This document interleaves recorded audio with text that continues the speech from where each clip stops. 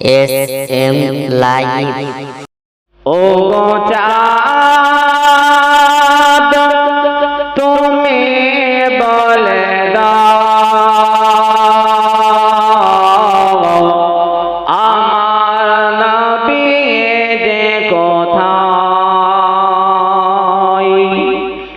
ও গো চাঁদ তুমি বলে দাও আমার নবী যে কোথায়।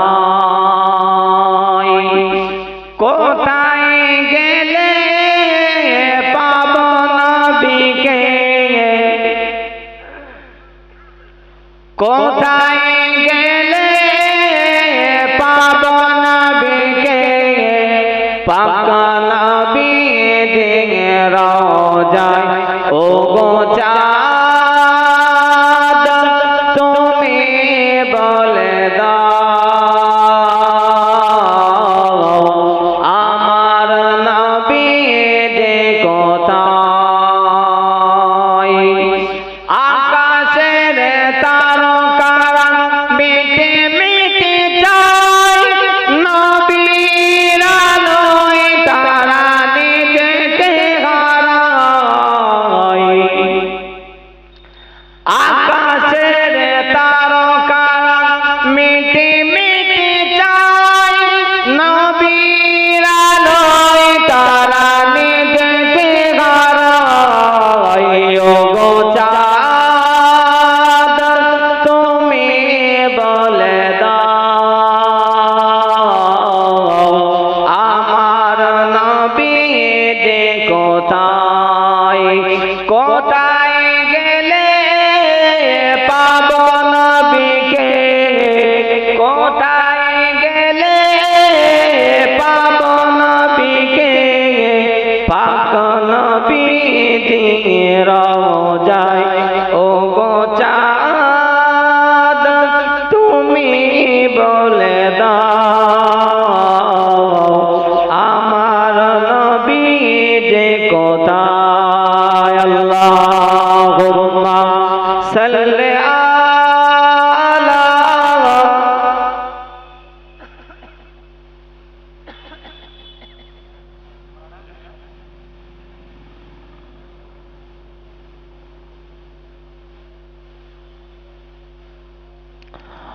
وعلى آل سيدنا।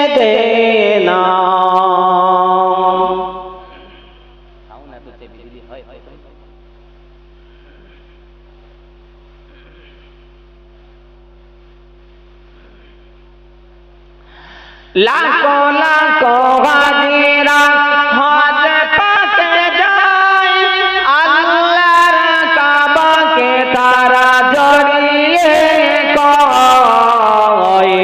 লাখো লাখো হাজিরা হজ পাকে যায় আল্লাহর কাবাকে তারা জড়িয়ে কয়।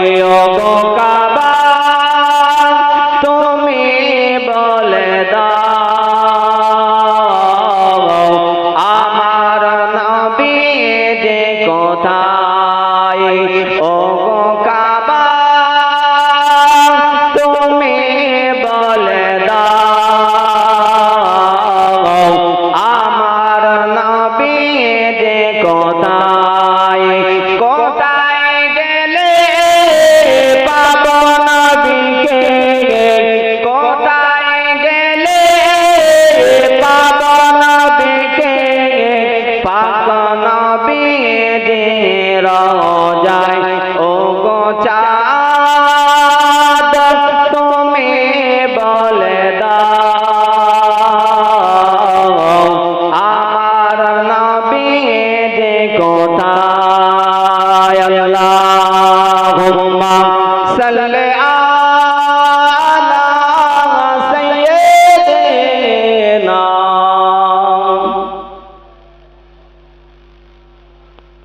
ওয়া আলা আলি সাইয়্যিদিনা। সাউন্ডটা ক্লিয়ার করা যাবে?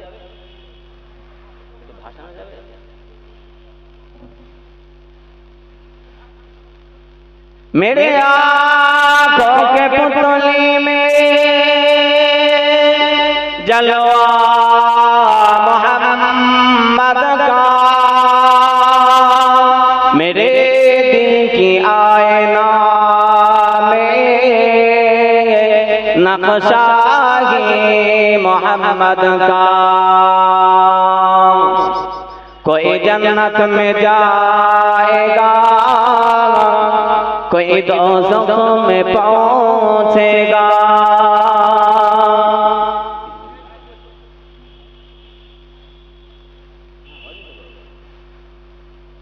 कोई जन्नत में जाएगा, कोई दोज़ख में पहुंचेगा।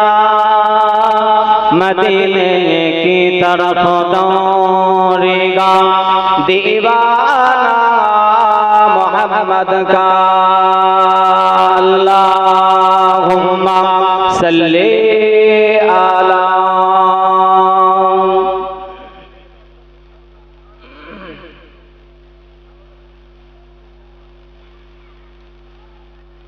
वाला आले।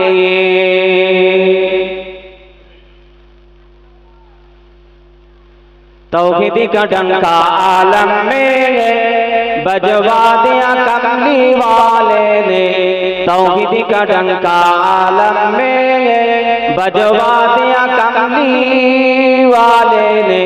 पी पी के पियाले कौसर के लौटेंगे मजाजी भर भर के। इन्ना आतैना कल कौसर फरमा दिया कमली वाले ने। दीन मिला ईमान मिला, पढ़ने के लिए कुरान मिला। दीन मिला ईमान मिला, पढ़ने के लिए कुरान मिला। जो कुछ देने का था सब कुछ दिलवा दिया कमली वाले ने। बोले ला इलाहा इल्लल्लाह, ला इलाहा इल्लल्लाह, ला इलाहा इल्लल्लाह मुहम्मदुर रसूलुल्लाह। ला इलाहा इल्लल्लाह, ला इलाहा इल्लल्लाह।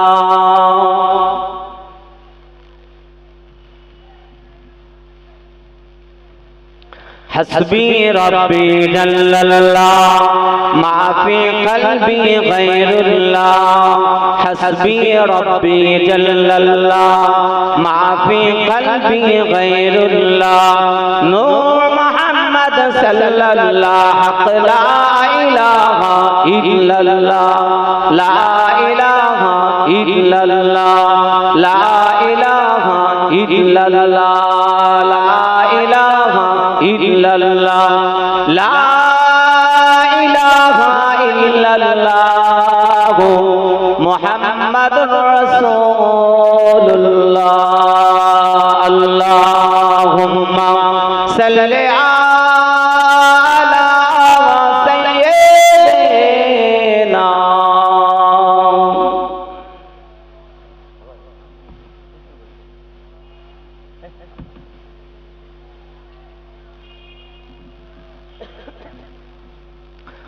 क़ाल अल्लाहु तआला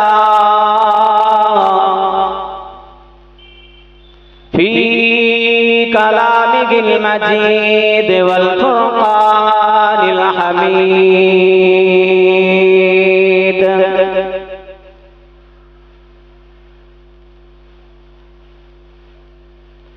बिस्मिल्लाहिर रहमानिर रहीम।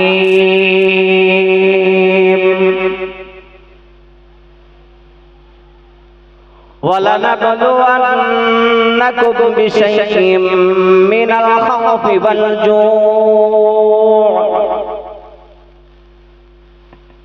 मिनल खौफि वल जूअ व नक़सिम मिनल अमवालि वल अंफुसि वत तमरात وبشر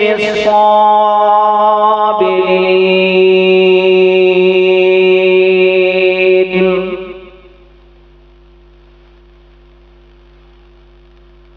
وقال الله تعالى أئذا في كتابه مخبرا وآمرا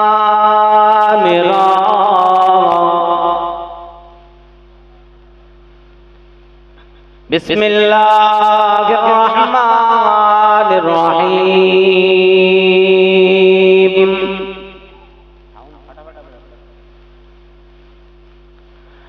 أحسب الناس أن يتركوا أن يقولوا آمنا وهم لا يفتنون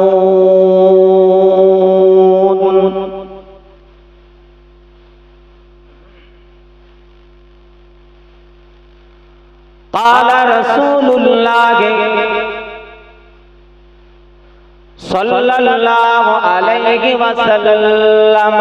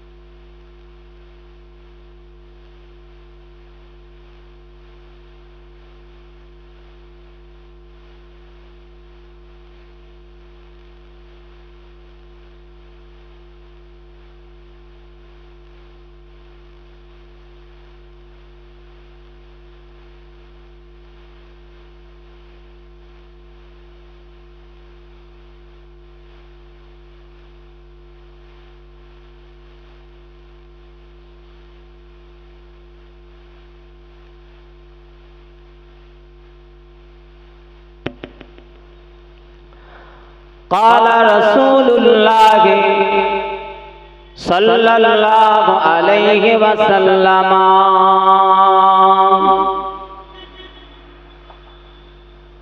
مع رضيت بالله ربا وبالإسلام دينا وبمحمد نبيا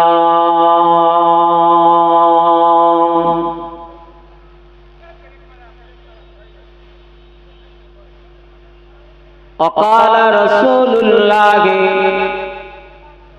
صلى الله عليه وسلم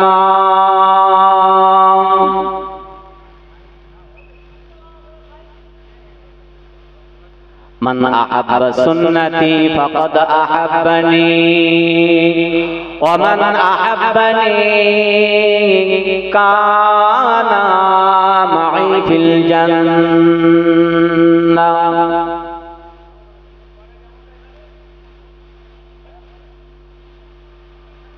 प्यारे हाज़िरान मजलिस उपस्थित आमार ईमानदार भाईरा नेतार आल्लाह वाला गनेरा जवानेरा जुबकेरा आमार मुरब्बियान बापजानेरा समबयस्क आमार नौजवान गनेरा পর্দা নাশিনা আমার মা ও বোনেরা, আজকের সুন্দর মাহফিলে সম্মানিত সভাপতি সাহেব, আজকের মাহফিলে সম্মানিত মেহমান, দরবারে ফুরফুরা শরীফ থেকে আগত আওলাদ মুজাদ্দিদুজ জামান আলা হযরত আশিক রাসূল ছোট হুজুর পীর কিবলা রাহমাতুল্লাহ আলাইহির সুযোগ্য পৌত্র জনাব পীরজাদা ভাইজান হুজুর কিবলা, আমন্ত্রিত উলামায়ে হযরত গণেরা, সর্বপ্রথমে দরবারে ইলাহিতে জানাই অসংখ্য শুকরিয়া যে আল্লাহ পাক রব্বুল আলামিন আমার মতো নালায়েক খাকসার পাপীকে আপনাদের মতো নেককার সলেহীন দিনদার আল্লাহওয়ালা ব্যক্তিদের সামনে বসিয়ে কোরআন এবং হাদিসের দুই একটি কথা আলাপ আলোচনা করার তৌফিক দান করেছেন। তার জন্য সর্বপ্রথমে দরবারে ইলাহিতে জানাই অসংখ্য শুকরিয়া। বলুন সকলে আলহামদুলিল্লাহ। একটু উচ্চ আওয়াজে বলা যাবে আলহামদুলিল্লাহ। সাথে সাথে যে নবীকে সৃষ্টি না করলে আল্লাহ পাক কিছুই সৃষ্টি করতেন না।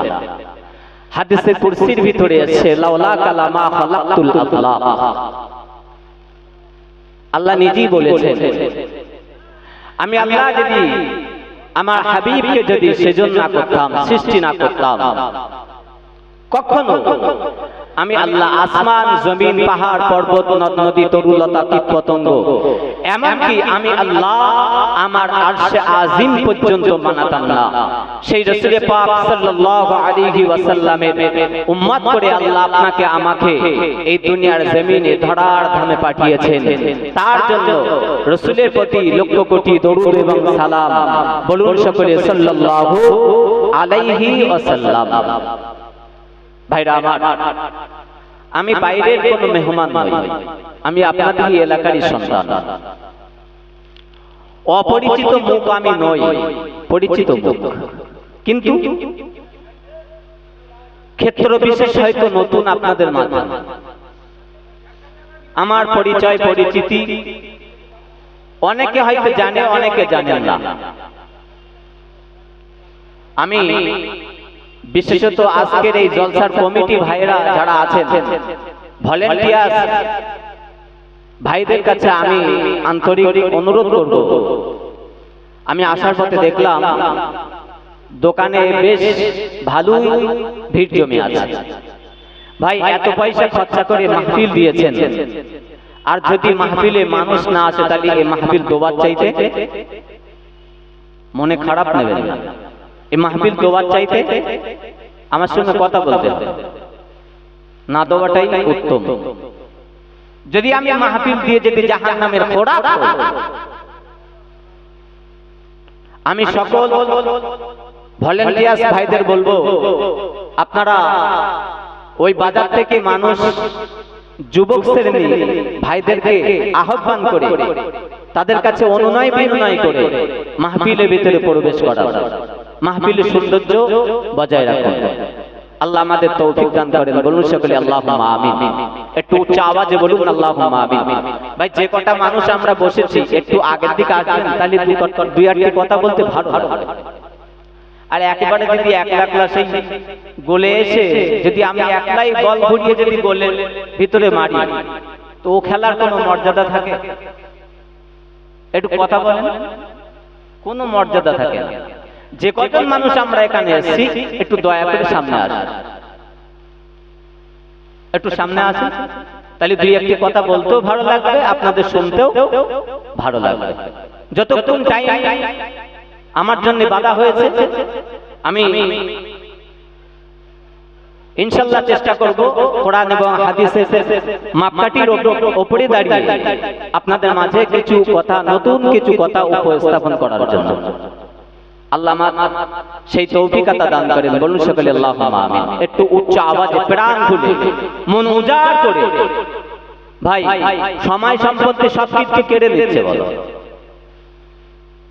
সব কেড়ে নিচ্ছে, বলো আমাদের বলো আর পালানোর রাস্তা নেই, উপায় নেই, বলো সেই আল্লাহ এবং রসুল ছাড়া আমাদের বলার কোনো গতি নেই। সেই রসুলকে যদি সন্তুষ্টি করতে হয় তাহলে উচ্চ আওয়াজে রসুলের প্রতি মহাব্বতের সঙ্গে একটু উচ্চ আওয়াজে দরুদ পাঠ করুন। আল্লাহুম্মা সাল্লি আলা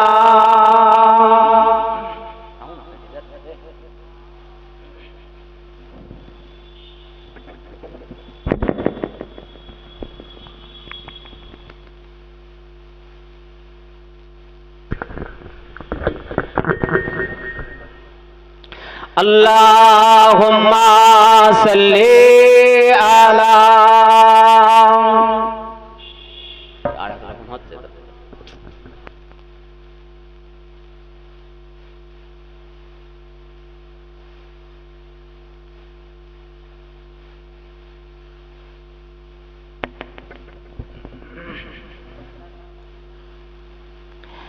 Ya Nabi, Ya Nabi, Ya Nabi, Ya Nabi, Ya Nabi, Ya Nabi, एक दिन हम भी मदीने जाएंगे। बोलें अल्हम्दुलिल्लाह, बोलें अल्लाहुम्मा आमीन। मदीना যাওয়ার ইচ্ছা নেই ভাই? আমাদের মদিনা যাওয়ার ইচ্ছা নেই? আছে তো? আছে তো নাকি? হাত উঁচু করে বলেন আল্লাহুম্মা আমিন। আল্লাহ সাক্ষী থাক, আল্লাহ যেন কবুল করেন। বলেন আল্লাহুম্মা আমিন। एक दिन हम भी मदीने जाएंगे।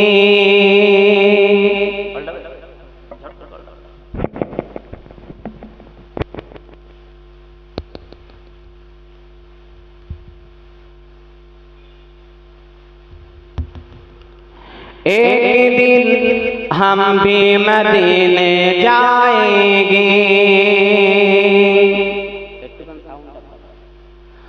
मुस्तफा नजर करम फरमाएंगे, मुस्तफा नजर करम फरमाएंगे, मुस्तफा नजर करम फरमाएंगे, मुस्तफा नजर करम फरमाएंगे। एक दिन हम भी मदीने जाएंगे, साकिए कौसर करम फरमाएंगे, साकिए कौसर करम फरमाएंगे, हम पिएंगे ओ पिलाते जाएंगे, हम पिएंगे ओ पिलाते जाएंगे, मुस्तफा नजर करम फरमाएंगे, मुस्तफा नजर करम फरमाएंगे। एक दिन हम भी मदीने जाएंगे। अल्लाहुम्मा सल्ली आला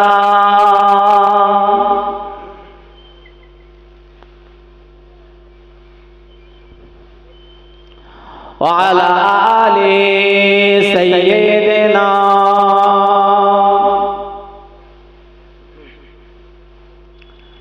प्यारे हाज़िरान मजलिस,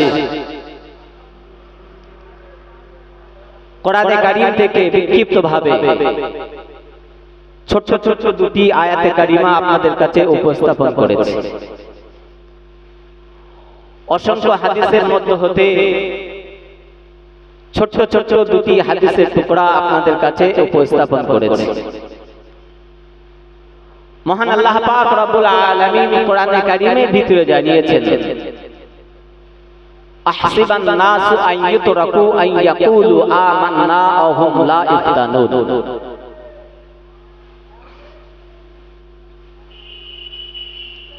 আল্লাহ নিজেই বলেছেন, হে আমার বান্দা বান্দীরা, আমি আল্লাহ পাক রব্বুল আলামিন তোমাদিওকে জানিয়ে দিলাম,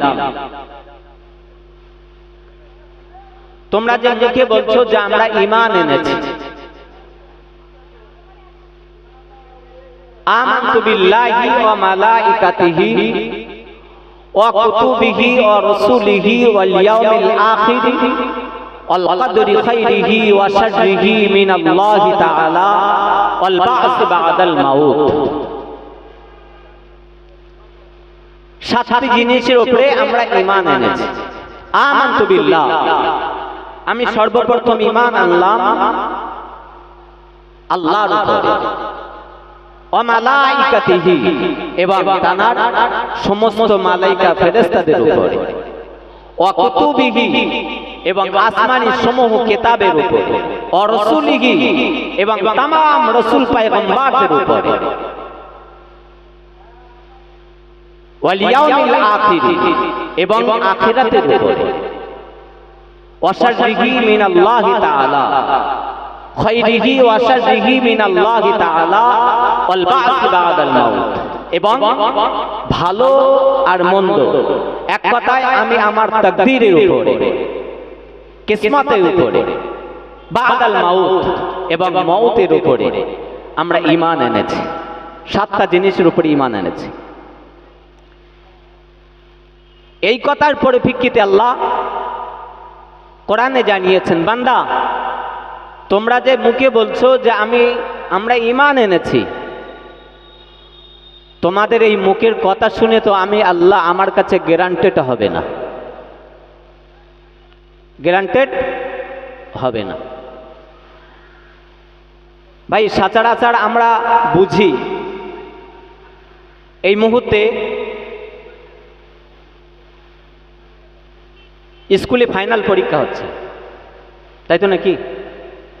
পরীক্ষা হচ্ছে।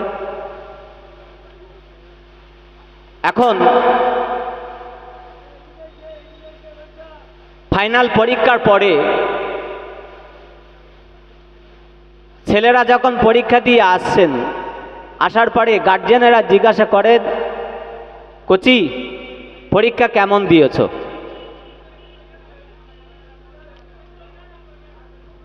কি হচ্ছে ওদিকে? পরীক্ষা কেমন দিয়েছো?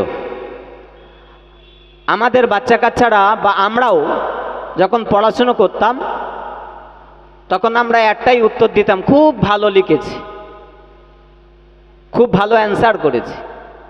আমাদের গার্জেনেরা কিন্তু আমাদের মুখের কথার উপরে একটা কথা বলতো, কোচি তুমি যতই মুখে বলো যে আমি খুব ভালো অ্যান্সার করেছি, ভালো খুব উত্তর দিয়েছি, তোমার ওই মুখের কথা আমি বিশ্বাস করব না, তোমার রেজাল্টে বিশ্বাস করব। কথা ঠিক না বেঠিক? এ কথা বলেন না বলেন না? দুনিয়াবি ক্ষেত্রে গার্জেনেরা যদি এই কথা বলেন যে তোমার মুখের কথায় আমি গ্যারান্টেড করব না, তোমার রেজাল্ট দেখব, তোমার রেজাল্টই ফাইনাল সিদ্ধান্ত দেবে তুমি কেমন অ্যান্সার করেছো, কেমন পড়াশুনো করেছো। নারায়ে তাকবীর, নারায়ে তাকবীর, নারায়ে তাকবীর। আওলাদে মুজাদ্দিদুজ্জামান, আওলাদে মুজাদ্দিদুজ্জামান, সিলসিলায়ে হক ফুরফুরা শরীফ, সিলসিলায়ে হক ফুরফুরা শরীফ। নারায়ে তাকবীর। জনাব ভাইজান শাহনাজ মন্ডল ভাইজান হুজুর কেবলা জলেন বলেন জিন্দাবাদ। নারায়ে তাকবীর, নারায়ে তাকবীর। ভাইজানকে যেতে দিন। তো যে কথা বলছিলাম ভাইজান এসছেন খুব দূর থেকে, তানার একটু ব্যবস্থা করে দেন বিশ্রামের। তো আমরা মুখে বলছি যে আমরা ঈমান এনেছি, আমরা ঈমানদার। আল্লাহ আমাদের মুখের কথায় গ্যারান্টেড করবেন তো? গ্যারান্টেড করবে না। আল্লাহ তান কোরআনে নিজেই বলেছেন, আহসিবান নাসু আইয়াতুরাকু আইয়াকুলু আমান্না ওয়া হুম লা ইফতানুন। হে আমার বান্দা বান্দিরা, তোমরা যতই মুখে বলো যে আমরা ঈমান এনেছি, আমি আল্লাহ তোমাদের মুখের কথায় গ্যারান্টেড করব না, গ্যারান্টেড আমার কাছে হবে না, বরঞ্চ আমি আল্লাহ তোমাদেরকে একটু পরীক্ষা নিরীক্ষা করে দেখব। কি বললেন? একটু পরীক্ষা করব, কেমন তোমরা আমার উপরে ঈমান এনেছো এবং তোমাদের ঈমানটা কতটা মজবুত হয়েছে, পাকাপুক্ত হয়েছে, আমি আল্লাহ একটু যাচাই বাছাই করব, একটু দেখতে চাই। এ আমার মুসলমানের ভাইয়েরা, এ আমার মুসলমানের নওজওয়ান তরুণেরা, ওগো আমার মায়েরা, বোনেরা, বেটিরা, শুনে রেখে দিন, জেনে রেখে দিন, আমরা ওই সময়তে আমার আপনার প্রভু প্রতিপালক আমার আল্লাহ পাক রব্বুল আলামিনকে লক্ষ্য করে বললাম, ও রব্বুল আলামিন আল্লাহ পাক, আপনি আমাদেরকে যে পরীক্ষা নেবেন, কি পরীক্ষা আপনি আমাদেরকে নেবেন, কি পরীক্ষা আপনি আমাদের মাঝে নেবেন?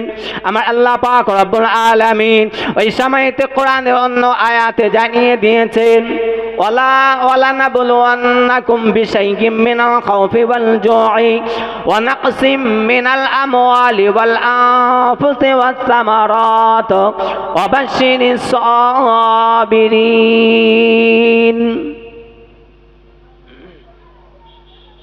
আল্লাহ বলছেন যে আমি আল্লাহ তোমাদের 5টা বিষয়ের উপরে পরীক্ষা নেব। আমরা জিজ্ঞাসা করলাম, আল্লাহ আপনি আমাদেরকে কটা বিষয়ের উপরে পরীক্ষা নেবেন? আল্লাহ বললেন 5টা বিষয়।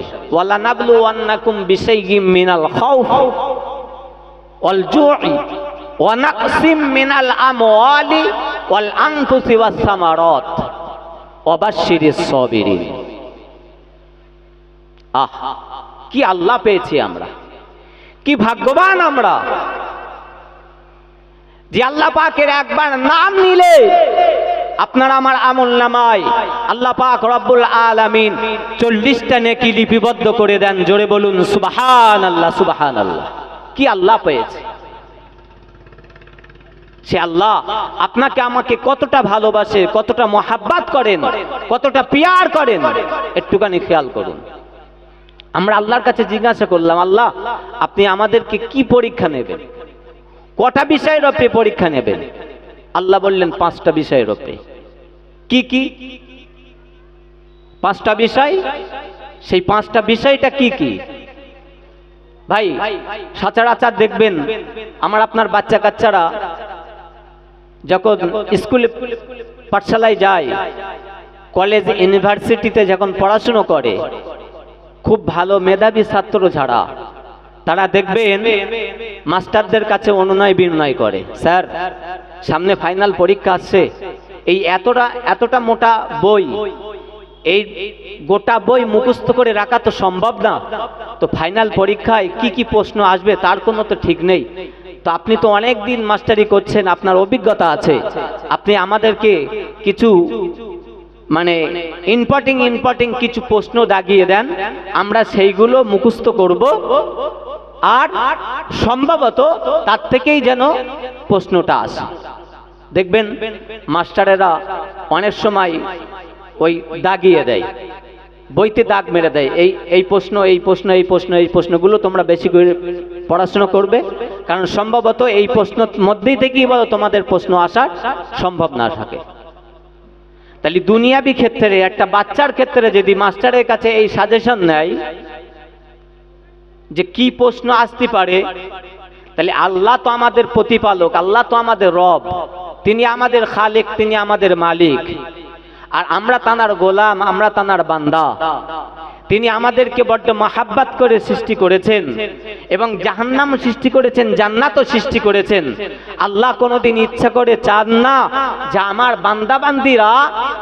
বান্দাবান্দিরা আমি আল্লাহ যে আমার আযাবে জাহান্নাম সৃষ্টি করেছি, এই জাহান্নামের ভিতরে পড়ে তারা আযাবে নিক্ষেপ হোক, এটা আল্লাহ কখনোই চান না, এটা কখনোই চান না। আমরা আল্লাহকে প্রশ্ন করলাম, আল্লাহ কি কি প্রশ্ন আসবে, মানে কোন কোন বিষয়ের উপরে আমাদের পরীক্ষা হবে? আপনি যে বললেন 5টা বিষয়ের উপরে, তো 5টা বিষয়টা কি কি যদি আপনি আমাদেরকে একটু বলেন, তাহলে আমরা দুনিয়ার জমিনে যেয়ে আমরা সেই জিনিসটা খুব ভালো করে আমাদের আয়াত্তার ভিতরে এনে আমাদের জীবন জিন্দগিটা বাস্তব তারির উপরে নির্ভর করে চলার চেষ্টা করব। যাতে করে আমরা জাহান্নাম থেকে মুক্তি পাই। ওগো আমার মুসলমানের ভাইয়েরা, ওগো আমার মুসলমানের নওজওয়ান তরুণীরা, ওগো আমার মায়েরা বোনেরা বেটিরা, শুনে রেখে দিন, জেনে রেখে দিন, আমার আল্লাহ পাক রব্বুল আলামিন তিনি কত বড় দয়ালু, কত বড় দাতা।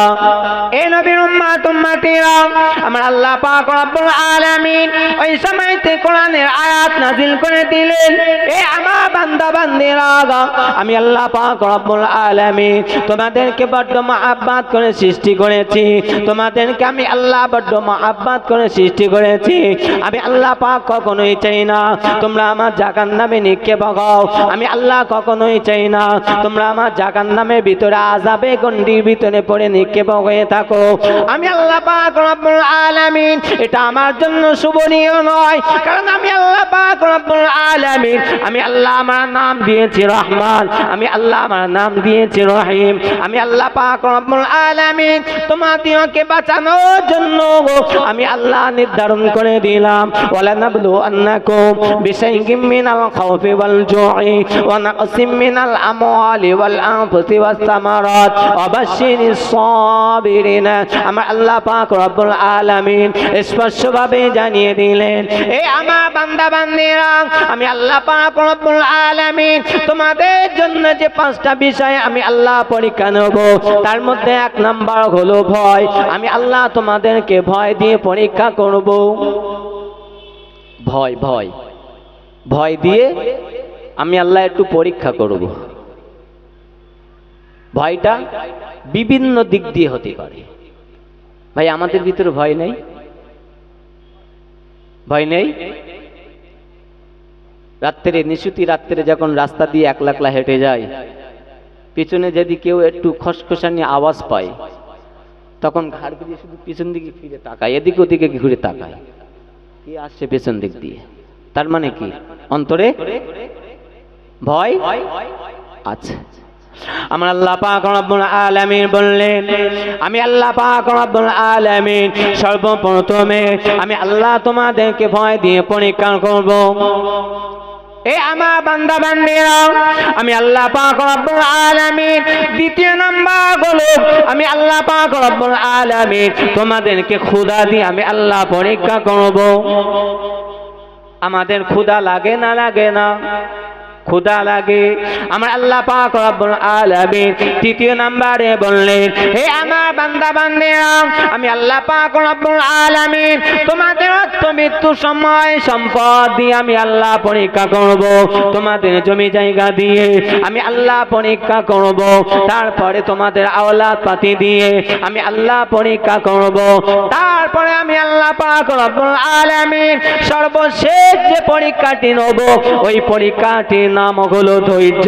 তোমার কতটা সবর আছে, তোমার অন্তরে কতটা ধৈর্য আছে। আমি আল্লাহ পাক রব্বুল আলামিন এই সবর ধৈর্য দিয়ে আমি আল্লাহ সবরের জন্য, ধৈর্যের জন্য আমি আল্লাহ পাক রব্বুল আলামিন পরীক্ষা করে দেখব। হে আমার বান্দা বান্দিরা, আমি আল্লাহ পাক রব্বুল আলামিন এই 5টা বিষয়ের উপরে আমি আল্লাহ তোমাদেরকে পরীক্ষা করে নেব। আমি আল্লাহ তোমাদেরকে একটু পরীক্ষা নিরীক্ষা করে দেখব, তোমাদের অন্তরে ভয় আছে কিনা, তোমাদের ক্ষুধা লাগে কিনা, তোমাদের সময় সম্পত্তির উপরে, তোমাদের আওলাদ পাতির উপরে, তোমাদের ধন সম্পদের উপরে, এবং তোমাদের অন্তরে সবর এবং আপনার কিনা সবর ধৈর্যের মাধ্যমে আমি আল্লাহ তোমাদেরকে একটু পরীক্ষা নিরীক্ষা করে দেখব। ও আমার ভাইজানেরা, শুনে রেখে দিন, জেনে রেখে দিন, আল্লাহ পাকের নবী, আপনার আমার নবীদের দুনিয়া শাহনশাহ রাহমাতাল লিল আলামিন রাসূল পাক সাল্লাল্লাহু আলাইহি ওয়াসাল্লাম সাহাবায়ে কেরামদের মাঝে আল্লাহ ঈমানদার বান্দা বান্দীদের উপরে, নবী রাসূল পয়গম্বরদের উপরে যেমন কিনা আমার আল্লাহ পরীক্ষা নিরীক্ষা করে দেখেছিলেন, ওই রকম মাঝে যদি আমাদের মাঝে পরীক্ষা হয়, ওই রকম দ্বারা যদি আমাদের কাছে পরীক্ষা হয়, খোদার কসম করে বলছি 1 মিনিটের জন্য আমি আপনি ঈমানি জায়গায় দাঁড়িয়ে থাকতে পারবো না। নবী রাসূল পয়গম্বরদের কাছে যেমন ভাবে পরীক্ষা নিরীক্ষা করা হয়েছিল, আল্লাহর তরফ থেকে সাহাবায়ে কেরাম রিদওয়ানুল্লাহু তাআলা আলাইহিম আজমাইনদের কাছে যেমন পরীক্ষা নিরীক্ষা করা হয়েছিল, ওই রকম দ্বারা যদি আমাদের মাঝে পরীক্ষা করা হয়, এক মুহূর্তের জন্য নয়, এক মিনিটের জন্য আমি আপনি ইমানি জায়গায় দাঁড়িয়ে থাকতে পারবো না। কি পরীক্ষা আল্লাহ তানাদের কাছ থেকে নিয়েছিলেন, তানাদের ইমান কত মজবুত ছিল, আর আমার আপনার ইমান কত মজবুত। একটু টালি করতে হবে না? অবশ্যই টালি করতে হবে। রাসূল পাক সাল্লাল্লাহু আলাইহি ওয়াসাল্লামের একজন সাহাবা ছিলেন, যার নাম হলেন হযরতে আব্দুল্লাহ ইবনে হুযাফা রাদিয়াল্লাহু তাআলা আনহু। জলিলুল কদর সাহাবা ছিলেন। ইমানি পরীক্ষা তাদের কাছে আল্লাহ কেমন নিয়েছিলেন, তাদের ইমান কত মজবুত ছিল। রাসূল পাক সাল্লাল্লাহু আলাইহি ওয়াসাল্লামের ওফাতের পরে মুসলিম জাহানের খলিফা হলেন হযরত আবু বকর সিদ্দিক রাদিয়াল্লাহু তাআলা আনহু। হুজুর খলিফা হলেন। হযরত আবু বকর সিদ্দিক রাদিয়াল্লাহু তাআলা আনহুর খেলাফতের পিরিয়ড শেষ হয়ে গেলেন। দ্বিতীয় খলিফা হলেন গোটা পৃথিবীর অর্ধেক সাম্রাজ্যের মালিক আল্লাহ পাক জানাকে করেছিলেন। জানার সম্পর্কে রাসূল পাক সাল্লাল্লাহু আলাইহি ওয়াসাল্লাম জানিয়েছিলেন, আনা খাতামান নবিয়্যিন লা নবী আবাদি, আমি হলাম শেষ নবী, আমার পরে আল্লাহ পাক আর কাউকে নবী করে পৃথিবীতে পাঠাবেন না। নবুয়াতের দরজা আল্লাহ আমার পর্যন্ত বুলন্দ করে দিয়েছেন, বন্ধ করে দিয়েছেন। যদি আল্লাহ আমার পরে কাউকে নবী করে পাঠাতেন, লাকানা ওমর নবিয়্যা, হযরত ওমরে ফারুক রাদিয়াল্লাহু তাআলা আনহুকেই আল্লাহ নবুয়াতের দরজা দিতেন। জোরে বলুন সুবহানাল্লাহ। রাসূল পাক সাল্লাল্লাহু আলাইহি ওয়াসাল্লামের কম বেশি 1.5 লক্ষের অধিক সাহাবা ছিলেন। কত বললাম? 1.5 লক্ষের অধিক সাহাবা ছিলেন। রাসূল পাক সাল্লাল্লাহু আলাইহি ওয়াসাল্লাম স্বয়ং এই 1.5 লক্ষ সাহাবার ভিতরে কেবলমাত্র শুধুমাত্র একমাত্র একজনের নাম ধরে আল্লাহর কাছে চেয়েছিলেন, তিনি হলেন হযরত ওমরে ফারুক রাদিয়াল্লাহু তাআলা আনহু। জোরে বলুন সুবহানাল্লাহ।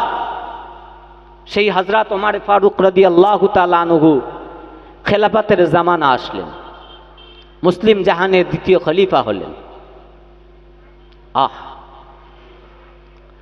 হযরত ওমরে ফারুক রাদিয়াল্লাহু তাআলা আনহু চিন্তা করছেন যে ইসলামের দাওয়াত, একাত্মবাদের দাওয়াত কম বেশি চতুর্দিকে আছে, কিন্তু আমার রাসূল পাক সাল্লাল্লাহু আলাইহি ওয়াসাল্লাম জীবদ্দশায় একটা দেশে যেতে পারেননি, মোবারক কদম সেই দেশে পড়েনি, একাত্মবাদের দাওয়াত সেই দেশে যায়নি। দেশটির নাম হলো রোম। এই রোম দেশে আমার রাসূল কদম রাখতে পারেননি। গোটা রোম দেশের মানুষেরা তারা আল্লাহর একাত্মবাদের দাওয়াত পায়নি, তারা এখনো পর্যন্ত অন্ধকারের ভিতরে নিমজ্জিত। আমি ওমর সিদ্ধান্ত নিয়েছি যে ওই দেশে আল্লাহর একাত্মবাদের দাওয়াত পৌঁছে দেওয়া আমি ওমর আমার কাছে অত্যন্ত জরুরি। জোরে বলুন সুবহানাল্লাহ। হযরত ওমর ফারুক রাদিয়াল্লাহু তাআলা আনহু সঙ্গী সাথীদেরকে ডাকলেন, ডেকে তানাদের মাঝ থেকে পরামর্শ করলেন যে আমি ওমর চাই ওই দেশে আল্লাহর একাত্মবাদের দাওয়াত পৌঁছাতো। তোমরা কি আমার সঙ্গে সমত, একমত পোষণ করছো? সঙ্গী সাথীরা বললেন, হে আমিরুল মুমিনিন, খলিফাতুল মুসলিমিন, আপনি যে সিদ্ধান্ত নিয়েছেন আপনার সিদ্ধান্তই আমরা অনড়, আমাদেরও সেই সিদ্ধান্ত। হযরত ওমর ফারুক রাদিয়াল্লাহু তাআলা আনহু 30 জন ব্যক্তিকে এক জায়গায় করে বললেন, তোমরা এই 30 জন মানুষ একটা কাফেলা তৈরি করো, আমি তোমাদেরকে ওই রোম দেশে পাঠাবো ইসলামের দাওয়াত পৌঁছানোর জন্য, আল্লাহর একাত্মবাদের দাওয়াত পৌঁছানোর জন্য। 30 জনকে এক জায়গায় করে তার ভিতরে একজনকে সম্রাট করে দিলেন, সেনাপতি করে দিলেন, লিডার করে দিলেন, যার নাম হলেন হযরত আব্দুল্লাহ ইবনে হুযাফা রাদিয়াল্লাহু তাআলা আনহু। জোরে বলুন সুবহানাল্লাহ। একেবারে তরুণ তাজা যুবক, একেবারে তরুণ তাজা যুবক, শরীরের রক্তটা কোনো তকবক করছে, রক্ত পাতলা। আমরা বলি না বাচ্চাদের যে ওদের রক্ত পাতলা, ওই জন্য ওদের শীতকালে খুব একটা ঠান্ডা ঠান্ডা লাগে না। আমরা বলি যখন আস্তে আস্তে বয়স অতিক্রম হয়, বয়স যখন বেশি হয়, আমরা বলি রক্ত মানে মোটা হয়ে গিয়েছে, ওই জন্যই ঠান্ডা হয়। তো হযরত আব্দুল্লাহ ইবনে হুযাফা রাদিয়াল্লাহু তাআলা আনহুকে মেন সেনাপতি করে তানাকে পাঠানো হলো। 30 জন সঙ্গী সাথীদের হেড লিডার করে একটি কাফেলা রোম দেশে প্রবেশ করলেন। আমার মুসলমানের ভাইয়েরা, আমার মুসলমানের নওজওয়ান তরুণেরা, ওগো আমার মায়েরা, বোনেরা, বেটিরা, শুনলেন কে দিন, জেনেলেন কে দিন। আল্লাহ পাক রব্বুল আলামিন কেমন করে আমার আল্লাহ পরীক্ষা নিরীক্ষা নেন, আমার আল্লাহ কেমন করে পরীক্ষা নেন, কোন কোন বিষয়ে আমার আল্লাহ পরীক্ষা নিচ্ছেন। আমার আল্লাহ বলেছেন, জানের বিনিময়ে আমি আল্লাহ পরীক্ষা নেব, অর্থের বিনিময়ে আমি আল্লাহ পরীক্ষা নেব। আমি আল্লাহ জানের উপরে পরীক্ষা নেব, অর্থের উপরে আমি আল্লাহ পরীক্ষা নেব, ফসলাদির উপরে আমি আল্লাহ পরীক্ষা নেব, আমি আল্লাহ খোদা দিয়ে পরীক্ষা নেব, আমি আল্লাহ ভয় দিয়ে পরীক্ষা নেব, আমি আল্লাহ তোমাদেরকে ধৈর্য সবর দিয়ে আমি আল্লাহ পরীক্ষা নেব। এ নবীর উম্মতিরা 30 জনের কাফেলা রোম দেশের ভিতরে প্রবেশ করলেন। রোম দেশের ভিতরে যে হযরত আব্দুল্লাহ ইবনে হুযাফা রাদিয়াল্লাহু তাআলা আনহুর সাথী সঙ্গীরা রোম দেশের ভিতরে যে আল্লাহ পাকের একাত্মবাদকে প্রচার করতে শুরু করলেন, আল্লাহর দ্বীনকে প্রচার করতে শুরু করলেন। এই রোমের মানুষেরা, তোমরা এক আল্লাহকে মেনে নাও। আল্লাহ পাক রব্বুল আলামিন তিনি হলেন এক অদ্বিতীয়, তিনি হলেন এক অদ্বিতীয়। আমার আল্লাহ পাক রব্বুল আলামিন হলেন এক। কুল হুয়াল্লাহু আহাদ, আল্লাহ এক অদ্বিতীয়, তার কোনো শরীক নাই। আল্লাহুস সামাদ, লাম ইয়ালিদ ওয়া লাম ইউলাদ ওয়া লাম ইয়াকুল লাহু কুফুয়ান আহাদ। আমার আল্লাহ কারো মুখাপেক্ষী নন, আমার আল্লাহ কাউকে জন্ম দেননি, আমার আল্লাহ কারো থেকে জন্ম নেননি। আমার আল্লাহ পাক রব্বুল আলামিন হলেন সর্বক্ষমতার মালিক, তিনি হলেন এক আল্লাহ। জোরে বলুন সুবহানাল্লাহ, আর একটু জোরে বলুন সুবহানাল্লাহ। এই নবীর উম্মতিরা, আমার রাসূল পাক সাল্লাল্লাহু আলাইহি ওয়াসাল্লামের সাহাবায়ে কেরামগণেরা রোম দেশের ভিতরে যে আল্লাহ পাকের একাত্মবাদের দাওয়াত দিতে লেগেছে, আল্লাহ পাকের একাত্মবাদের দাওয়াত দিতে লেগেছে। এই খবরটা টুকটুক টুকটুক করে এই খবরটা একে অপরের কানে পৌঁছাতে পৌঁছাতে একেবারে রোমের বাদশার কানে পৌঁছে গেল, রোমের বাদশার কাছে পৌঁছে গেল। মক্কা থেকে একদল যুবক এসেছে, মক্কা থেকে একদল যুবক এসেছে, তারা নতুন ধর্মের প্রচার করছে। তারা মুহাম্মদ নামক একটি ছেলেকে তারা নবী হিসাবে মানে এবং এক আল্লাহর কথা তারা বলে, আমাদের ধর্ম তারা মানে না, তারা নতুন ধর্মের প্রচার করা শুরু করে দিয়েছে। এই নবীর উম্মতিরা রোমের বাদশাহ কথা শোনার সঙ্গে সঙ্গে সৈন্য সামন্তদেরকে ডেকে বললেন, হে আমার সৈন্যরা, যাও চলে যাও চলে যাও, ওই মক্কা থেকে যত ব্যক্তি এসেছে সমস্ত মুসলমানদেরকে তোমরা বন্দী করে ফেলো, মুসলমানদেরকে তোমরা বন্দী করে ফেলো। রোমের বাদশার হুকুম অনুযায়ী রোমের সৈন্যরা সমস্ত মুসলমানদেরকে বন্দী করে নিয়ে গেলেন, বন্দী করে নিয়ে গেলেন। এই নবীর উম্মতিরা রোমের বাদশাহ ওই সময়তে সৈন্য সামন্তদেরকে তাদের কাছে বলতে লেগেছে, তোমরা ওদের কাছে জিজ্ঞাসা করো, ওদের ভিতরে নিশ্চয়ই একজন লিডার আছে, একজন মাতব্বার আছে, একজন নেতা আছে। কারণ এই গোটা 30 জন ব্যক্তির 30 জন মাতব্বার হতে পারে না, 30 জনাই মাতব্বার হতে পারেন না, বরং 30 জনের ভিতরেই একজনকে নির্বাচন করে লিডার করে পাঠিয়েছে, সেই নেতাটাকে। যদি আমরা ওই নেতাকে ক্যাপচার করতে পারি, নেতাকে যদি পথভ্রষ্ট করে আমাদের ধর্মে আনতে পারি, বাকি যে লোকগুলো আছে তারাও আমাদের ধর্মে আসতে বাধ্য হবে। সৈন্যরা তানারা যেয়ে জিজ্ঞাসা করছেন, তোমাদের ভিতরে লিডারটাকে? নিশ্চয়ই তোমাদের ভিতরে একজন লিডার আছে। বলে, হ্যাঁ আমাদের ভিতরে লিডার আছে। কে সেই লিডার? সকলে দৃষ্টিপাত করে ওই তরুণ তাজা যুবক হযরত আব্দুল্লাহ ইবনে হুযাফা রাদিয়াল্লাহু তাআলা আনহুর দিকে ইঙ্গিত করে বলছেন, ইনি হলেন আমাদের লিডার, ইনি হলেন আমাদের নেতা। জোরে বলুন সুবহানাল্লাহ, সুবহানাল্লাহ। রোমের সৈন্যরা শুনে যেয়ে রোমের বাদশার কাছে যেয়ে বললেন, ওই দলের ভিতরে একজন লিডার আছে, নেতা আছে, তার নাম হলেন হযরত আব্দুল্লাহ ইবনে হুযাফা রাদিয়াল্লাহু তাআলা আনহু। রোমের বাদশা সৈন্যদেরকে বললেন, যাও যাও, সেই আব্দুল্লাহ ইবনে হুযাফাকে সসম্মানে আমার রাজ দরবারে নিয়ে এসো, রাজ দরবারে নিয়ে এসো। তার সঙ্গে যেন কোনো রকম বেয়াদবি না হয়, বেয়াদবিমূলক আচরণ তার সঙ্গে যেন না হয়, তাকে সসম্মানে আমার রাজ দরবারে নিয়ে এসো। বাদশার হুকুম অনুযায়ী, বাদশার নির্দেশ অনুযায়ী আব্দুল্লাহ ইবনে হুযাফা রাদিয়াল্লাহু তাআলা আনহুকে রাজ দরবারে নিয়ে যাওয়া হলো। বাদশা বললেন, আমার পাশেই চেয়ার দাও। আব্দুল্লাহ ইবনে হুযাফাকে একেবারে বাদশার নিকটবর্তী চেয়ারে বসালেন সসম্মানে। কি আদর করছেন! আহ, ইমানটা অত সহজ নয়। যারা পূর্ণাঙ্গ ইমানদার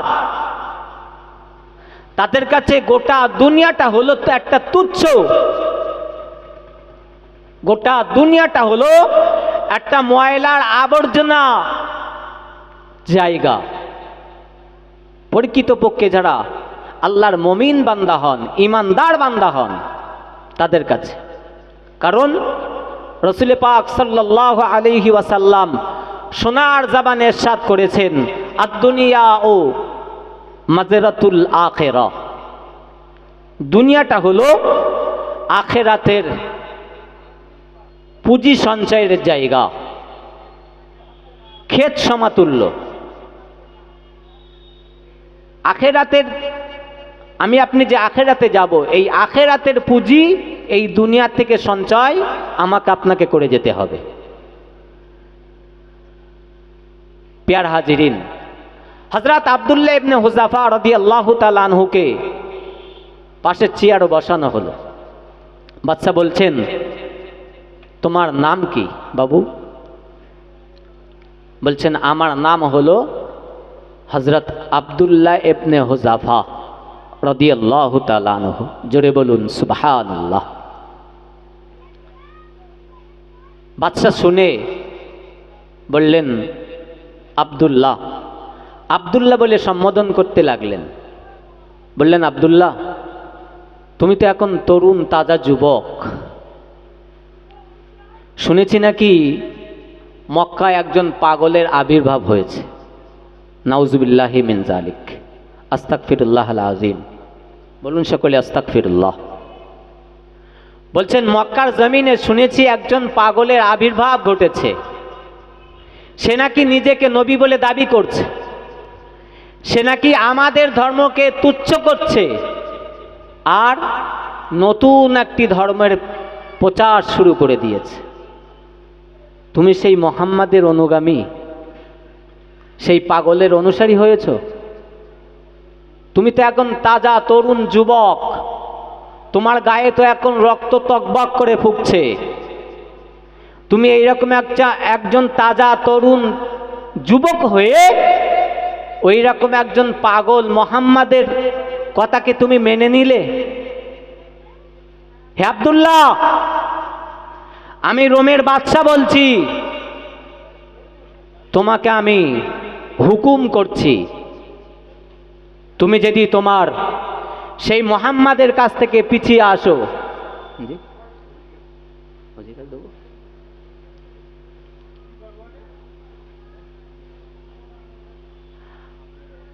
হে আব্দুল্লাহ, তুমি যদি তোমার সেই মুহাম্মাদকে ছেড়ে দিয়ে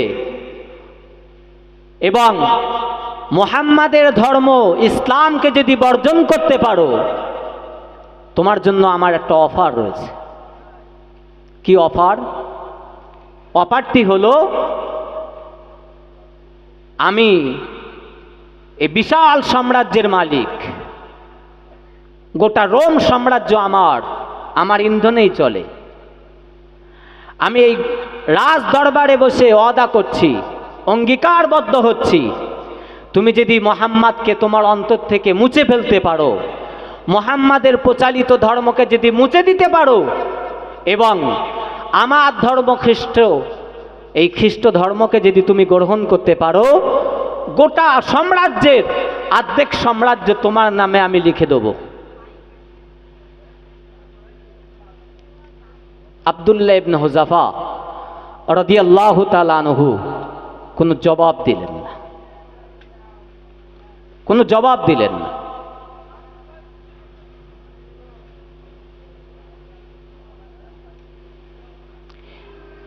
বাদশা আবার বললেন, হে আব্দুল্লাহ, তোমার কাছে আমার দ্বিতীয় অফার। দ্বিতীয় অফারটি হলো, আমার ঘরে অতীব সুন্দরী একটি রমণী আছে, একটি যুবতী মেয়ে আছে। যদি তুমি মুহাম্মাদকে চিরতরে বিদায় দিতে পারো, ইসলাম ধর্মটাকে যদি বর্জন করতে পারো, আমি আমার মেয়ের সঙ্গে তোমাকে বিবাহ দিয়ে তোমাকে আমি জামাই হিসেবে গ্রহণ করব। 3 নাম্বার হলো, আমার মৌতির পর এই গোটা সাম্রাজ্যের মালিকানা তুমি হয়ে যাবে। এই 3টি অফার তোমার কাছে দিলাম। দেখো, একটু চিন্তা ভাবনা করে দেখো, যদি তুমি মুহাম্মাদকে চিরতরে বিদায় দিতে পারো, ইসলাম ধর্মটাকে যদি বিদায় দিতে পারো, আমার এই 3টি যে অফার, এই 3টি অফারের মধ্যে তুমি 3টি অফার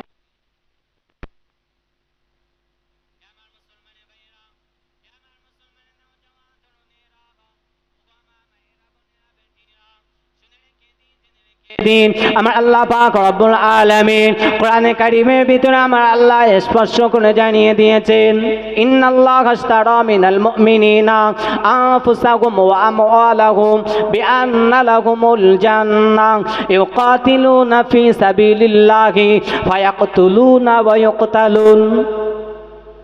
এই নবীর উম্মতিরা, আমার আল্লাহ পাক রব্বুল আলামিন জানিয়ে দিলেন, এ আমার বান্দা বান্দিরা, আমি আল্লাহ পাক রব্বুল আলামিন জানিয়ে দিলাম, যদি তোমরা আমি আল্লাহ আমার জান্নাতকে ক্রয় করতে চাও, যদি আমি আল্লাহ আমার জান্নাতকে তোমরা কিনতে চাও, আমি আল্লাহ পাক রব্বুল আলামিন জানিয়ে দিলাম, তোমাদের ঈমানের বিনিময়ে, তোমাদের জানের বিনিময়ে, তোমাদের অর্থের বিনিময়ে, তোমাদের ধন সম্পদের বিনিময়ে, এক কথাতে তোমাদের জানের বিনিময়ে আমি আল্লাহ পাক রব্বুল আলামিন আমার জান্নাতকে তোমরা ক্রয় করতে পারবে।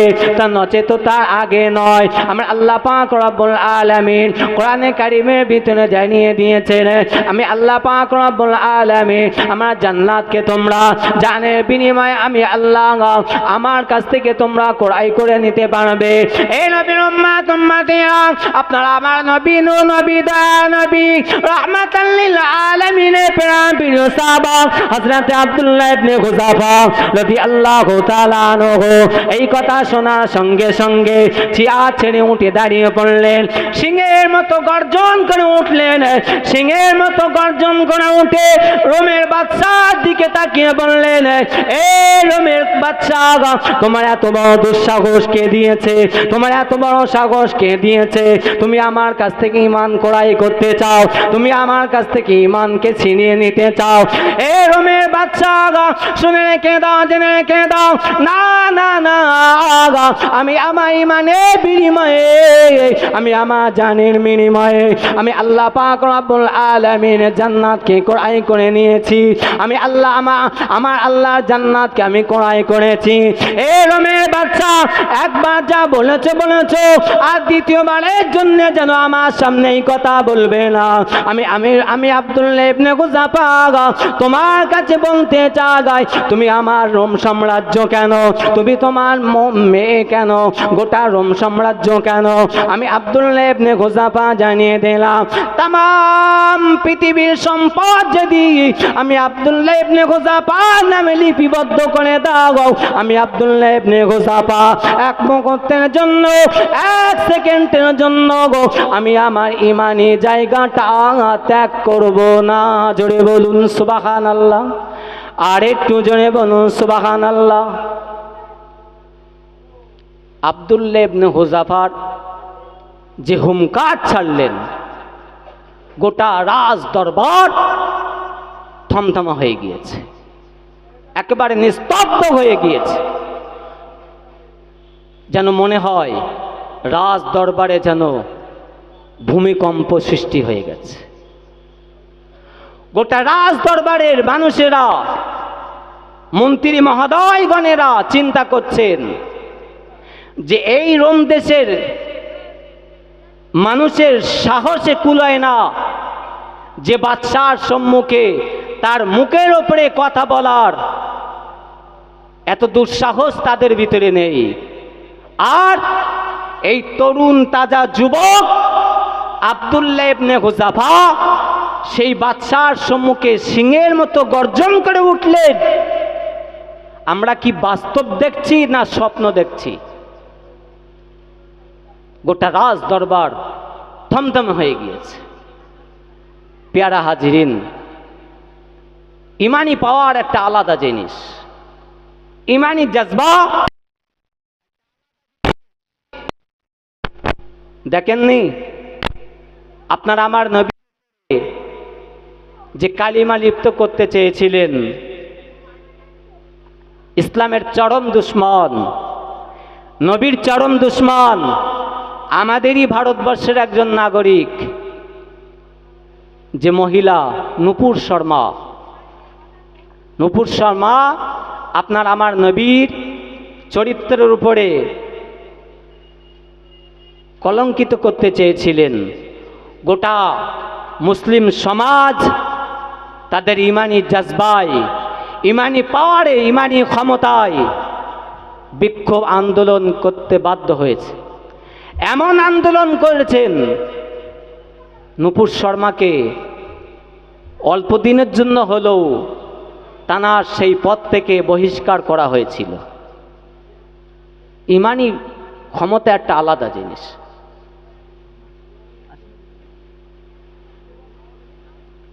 পেয়ারা হাজিরিন, তাহলে বুঝুন ইমানি ক্ষমতা কি জিনিস।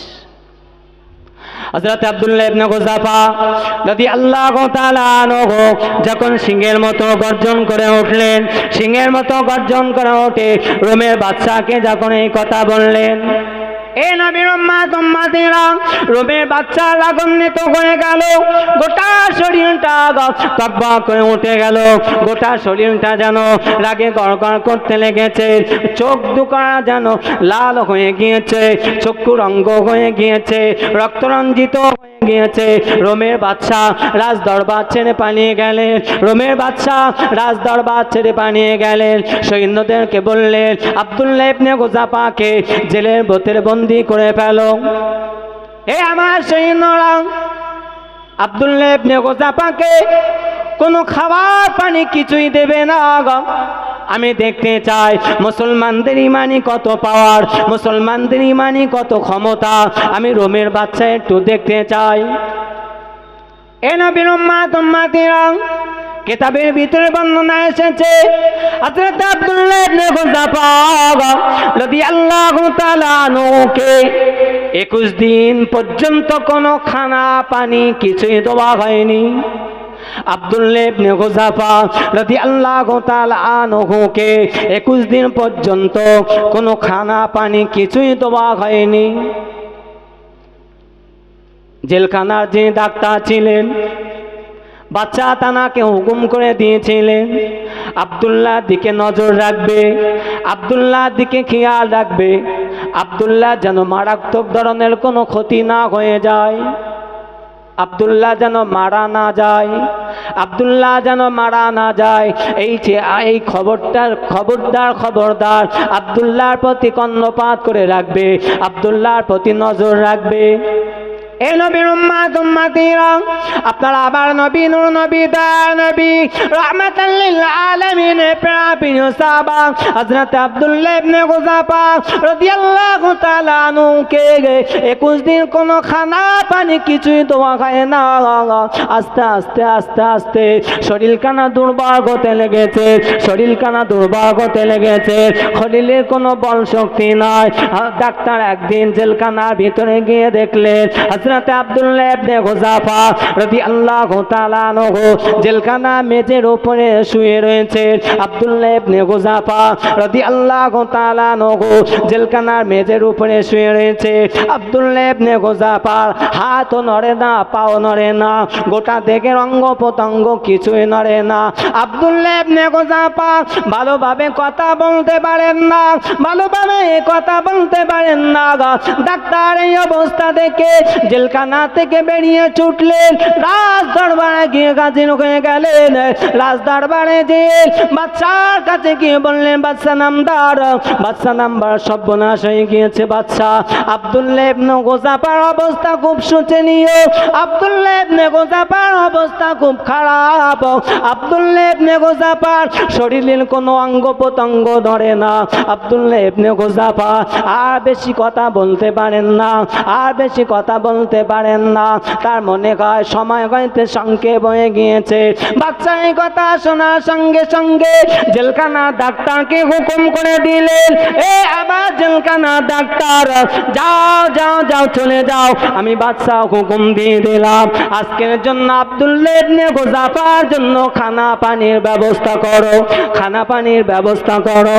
আব্দুল্লাহ ইবনে হুযাফা 21 দিন না খেয়ে না দিয়ে রয়েছে, 21 দিন না খেয়ে না দিয়ে রয়েছে। আব্দুল্লাহ ইবনে হুযাফা 21 দিন না খেয়ে রয়েছে, ক্ষুধার তাড়নায় সে হইতে মৃত্যুর শয্যায় পতিত হতে পারে। যাও, চলে যাও, চলে যাও। 21 দিনের মাথাতে আমি বাচ্চা হুকুম দিয়ে দিলাম, আমি বাচ্চা হুকুম দিয়ে দিলাম, তার জন্য খানা পানির ব্যবস্থাটুকু করে ফেলো।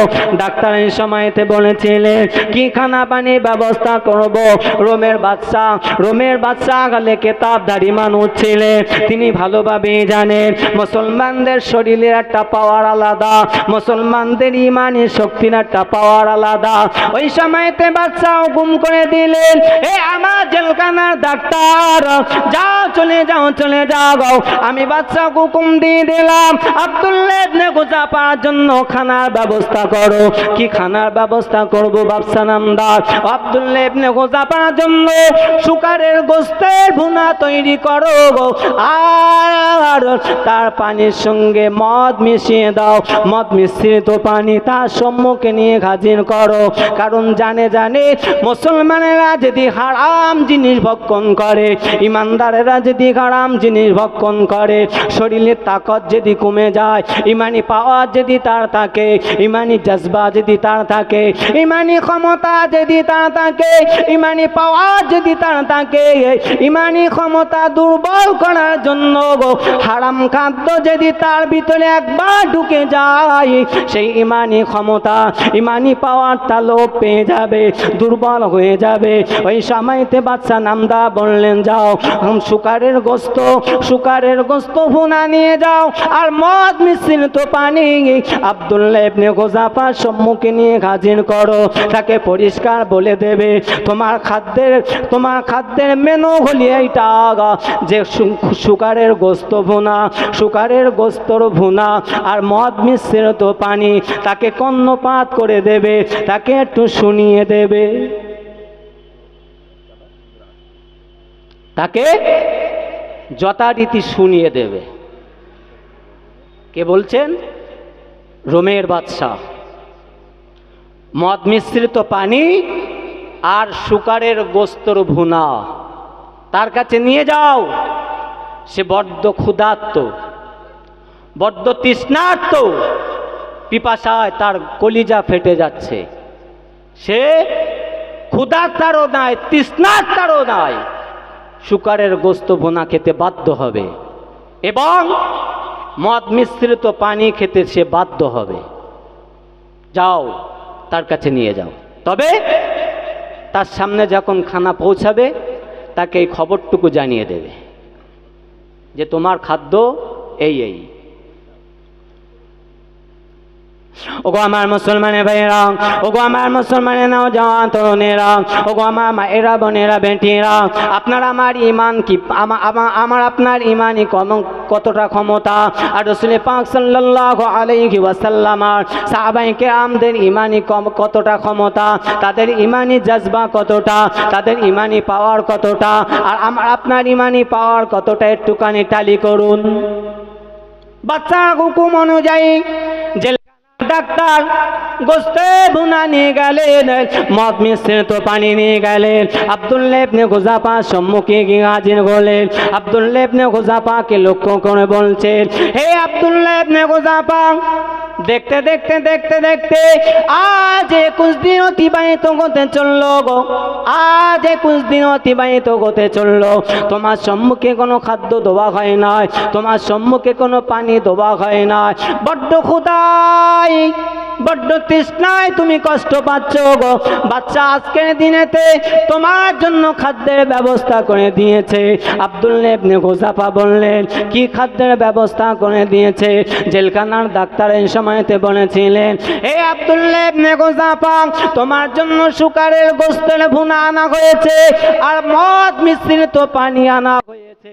আব্দুল্লাহ ইবনে গুজাফা, যে আব্দুল্লাহ ইবনে গুজাফা জেলের মেঝের ভিতরে শুয়েছিলেন, জেলের মেঝেতে শুয়েছিলেন, যার হাত পা নাড়াচড়া করবার মতো ক্ষমতা ছিল না, শরীরের অঙ্গ প্রত্যঙ্গ নাড়াচড়া করবার মতো ক্ষমতা ছিল না, জবান দিয়ে কথা বলবার মতো, জোরে জোরে কথা বলবার মতো যার ক্ষমতা ছিল না, সেই আব্দুল্লাহ ইবনে গুজাফা ইমানি জজবা, ইমানি পাওয়ারে জেলখানার ভিতরে উঠে বসে পড়লেন। জেলখানার ভিতরে উঠে বসে ডাক্তারকে লক্ষ্য করে হুকুম করলেন। ডাক্তারকে লক্ষ্য করে গম্ভীর মেজাজ দিয়ে বলতে লেগেছেন, এ ডাক্তার, ডাক্তার, ওরে জেলখানা ডাক্তার, বেরিয়ে যা, আমার সম্মুখ থেকে বেরিয়ে যা। যে খাদ্যটা নিয়েছিস এটা আমার জন্য খাদ্য নয়, এটা আমার ইসলাম ধর্ম হারাম করে দিয়েছে। আমার নবী যেটাকে হারাম করে দিয়েছে, আমার আল্লাহ যেটাকে হারাম করে দিয়েছে, সেই হারাম জিনিসটা আমার সম্মুখে নিয়ে হাজির হয়েছে। ও ডাক্তার, বেরিয়ে যাও, তোমার এত বড় ক্ষমতা, হারাম জিনিস তুমি আমার সম্মুখে নিয়ে এসেছো। এই মুহূর্তে বলছি বেরিয়ে যাও, এই মুহূর্তে বলছি বেরিয়ে যাও। না না না না, আমি আব্দুল্লাহ ইবনে হুযাফা, আমার শরীরের এক বিন্দু পরিমাণ রক্ত থাকা অবস্থাতে আমি আব্দুল্লাহ ইবনে হুযাফা এক লোকমা কেন গো, এই কানার ভিতর থেকে এক চিমটি পরিমাণ হলো, এক পেয়ালা পানি হলো আমি আব্দুল্লাহ ইবনে হুযাফা, আমার শরীর তো দূরের কথা, আমার জবানে ঠোঁট পর্যন্ত স্পর্শ করব না। জোরে বলুন সুবহানাল্লাহ, আর একটু জোরে বলুন সুবহানাল্লাহ। আল্লাহুম্মা সাল্লি আলা